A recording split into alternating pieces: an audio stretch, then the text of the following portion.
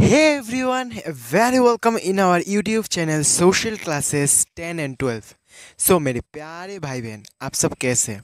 आशा करता हूँ आप सब बहुत अच्छे हैं, आप सब स्वस्थ हैं और अच्छा दिन बिता रहे हैं। ओके, आज हम क्लास 10th के बच्चों के लिए उनका जियोग्राफी का बुक का पहला चैप्टर रिसोर्स एंड डेवलपमेंट शुरू करने जा रहे हैं। मेरे प्यारे बच्चे, अब सब तैयार है क्लास 10th जियोग्राफी में 25 आउट ऑफ 25 लाने के लिए बोर्ड एग्जाम में? आप सब तैयार है, मुझे पता है। चलो शुरू करें बिना किसी देरी के।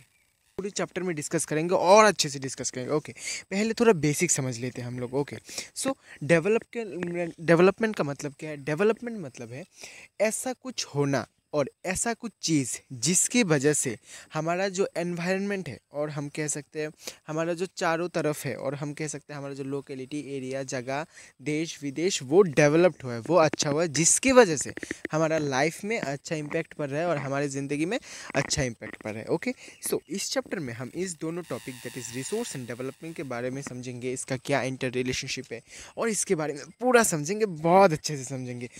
हमारे साथ जुड़े रहिए और समझिए। पहले जो डेफिनेशन दिया हुआ है आपका रिसोर्स का, वो क्या है?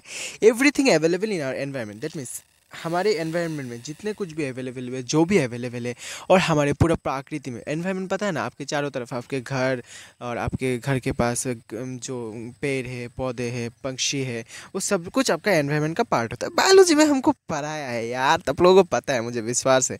ओके, देखिए, everything available in environment, that means हमारे एनवायरनमेंट में जो कुछ भी अवेलेबल है, कुछ भी हो सकता है, जो भी अवेलेबल है, which can be use for satisfy our need, जो हमारा नीड सेटिस्फाई करता है। आप समझिए, आपका जो एनवायरनमेंट है उसमें पेड़ पौधे हैं। ओके, पेड़ पौधे क्या करते हैं? पेड़ पौधे ऑक्सीजन देते हैं, जिसकी मदद से हम जिंदा है। ऑक्सीजन हटा दो आपकी ज़िंदगी से, जिंदा रहेंगे?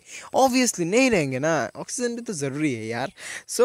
एनवायरनमेंट जो है ना, एनवायरनमेंट हमको क्या देता है? जैसे कि पेड़ पेड़ ऑक्सीजन देता है, जैसे कि बर्ड्स बर्ड्स अच्छे अच्छे सुरीला सुरीला गीत गाते हैं, जिससे आपको एक रिलैक्सेशन मिलता है, आपको एक अच्छा मूड मिलता है। ओके, आपके एनवायरनमेंट में, और ब्यूटीफुल बहुत सी जना फूल है, फल है, आपको फल से एनर्जी मिलता है, फल खाते हैं आपको अच्छा लगता है, और बहुत सारे विटामिन्स मिलते हैं। फूल है, फूल से आप पूजा करते हैं, फूल से आप सजते हैं, बहुत कुछ। ओके, ऐसी चीज़ हमारे एनवायरनमेंट में जो हमारा नीड, जो हमारा चाहत है, उसको क्या करता है? सेटिस्फाई करता है। ओके, सेटिस्फाई आवर नीड, जो हमारे नीड को सेटिस्फाई करता है। उसके बाद provided it is the technology के एसेसिबल, दैट मीन्स आपका जो चीज़ है, जो आपका नीड सेटिस्फाई करता है, वो टेक्नोलॉजी के लिए एसेसिबल होना चाहिए।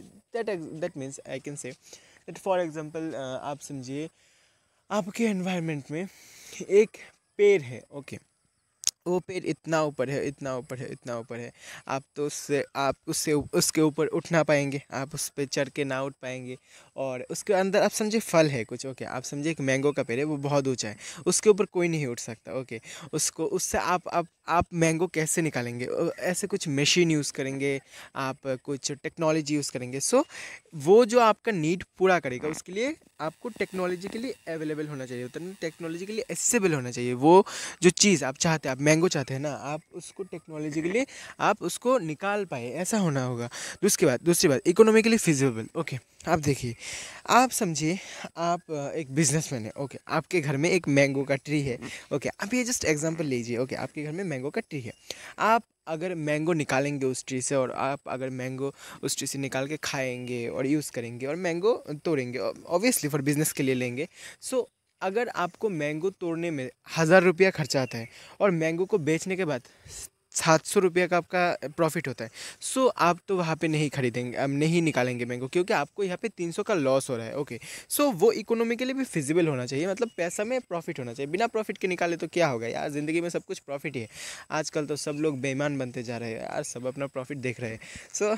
यहाँ पे भी रिसोर्सेज भी इकोनॉमिकली फिजिबली होना चाहिए। तीसरा, culturally acceptable. Okay, culturally acceptable मतलब समझो, ये जो रिसोर्स है आप निकाल रहे हैं, जैसे कि मैंने मैंगो का एग्जांपल लिया। अभी मैंगो का सीज़न है, mango culturally acceptable, that means सब पीपल उसको एक्सेप्ट करना पड़ेगा। अगर समझिए आप जहर निकालते हैं।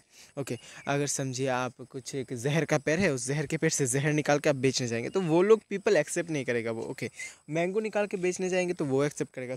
हम यहाँ मैंगो के एग्जाम्पल के देख सकते हैं कि टेक्नोलॉजिकली एसेसिबल भी होना चाहिए, इकोनॉमिकली फिजिबल होना चाहिए, और कल्चरली एक्सेप्ट भी होना चाहिए। तो समझिए रिसोर्स का मतलब क्या है।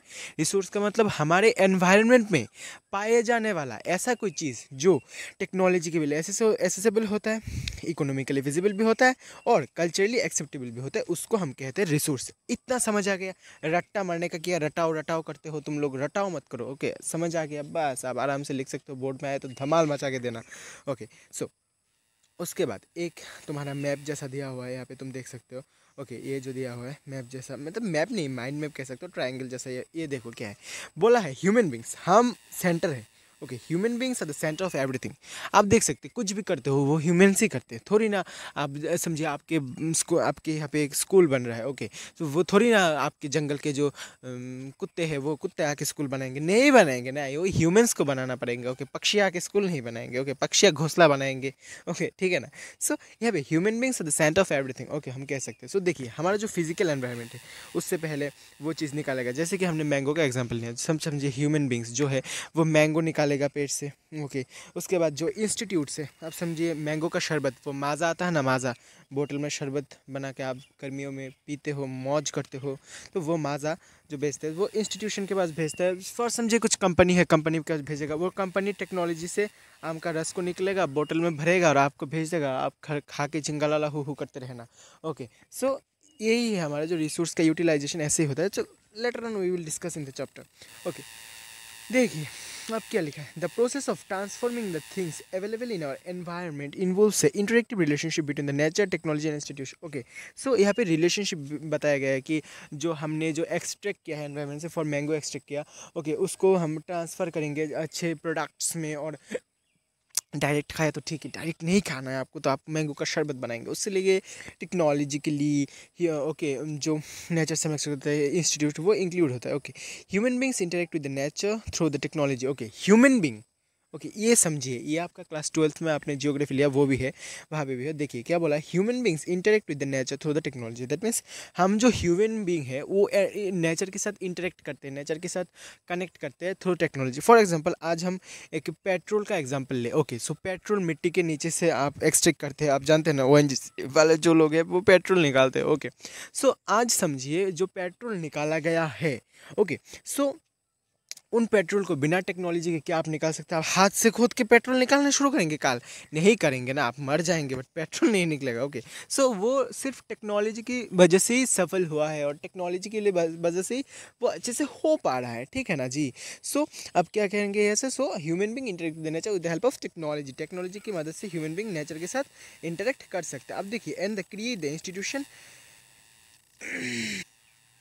Accelerate their economic development. Okay, so institutions मिलके इकोनॉमिक डेवलपमेंट करेंगे। अब देखिए यहाँ पे कुछ नहीं है, यहाँ पे आप देख सकते हैं जो रिसोर्स है ना, हमारे पास जो रिसोर्स है उसको हम क्लासीफाई करेंगे। ओके, मतलब रिसोर्स कौन सा है, कैसे कैसे है, उसको हम देखेंगे। उसके बाद देखिए क्या है, the transforming material available in environment. Okay, देखिए this resources can be classified into 4 ways. जो रिसोर्स है अपने पास, मेरे पास, आपके पास, जिसके पास भी जितना भी रिसोर्स है हमारे एनवायरनमेंट में बोला गया, सो उसको हम 4 तरह से क्लासीफाई कर सकते हैं। ओके, कितने तरह से क्लासीफाई करते हैं? 4 तरह से। On the basis of origin, okay, वो है biotic abiotic. On the basis of existability, renewable and non renewable. On the basis of ownership, individual and community, national, international. And on the basis of status of development, that means potential, develop, stock और reserves. So उसमें हम उसको classify कर सकते हैं। Okay, सो इसके बाद देखिए, सो ये जो टॉपिक है क्लासिफिकेशन, वो हम नेक्स्ट वीडियो में देखेंगे। ओके, क्योंकि ये टॉपिक ये जो है बहुत बड़ा होने वाला है, सो इसमें जाएंगे तो बहुत टाइम लग जाएगा, प्लीज़ 20 to 30 मिनट लग जाएगा आपका। सो इस वीडियो में हमने आपके ये जो चैप्टर आपका है, ये चैप्टर रिसोर्स एंड डेवलपमेंट जो है उसका बेसिक हमने आपको समझा दिया। आशा करता हूँ आपको बहुत अच्छे से ये समझ आ गया। अगर आपको ये समझ आए तो आप प्लीज़ हमारे इस वीडियो को लाइक कीजिए, आपके दोस्तों के साथ शेयर कीजिए और हमारे चैनल को सब्सक्राइब कर लीजिए। हमने जितना हो सके हमने दिया है बेस्ट। सो तब तक के लिए please stay connected. Good bye, thank you very much.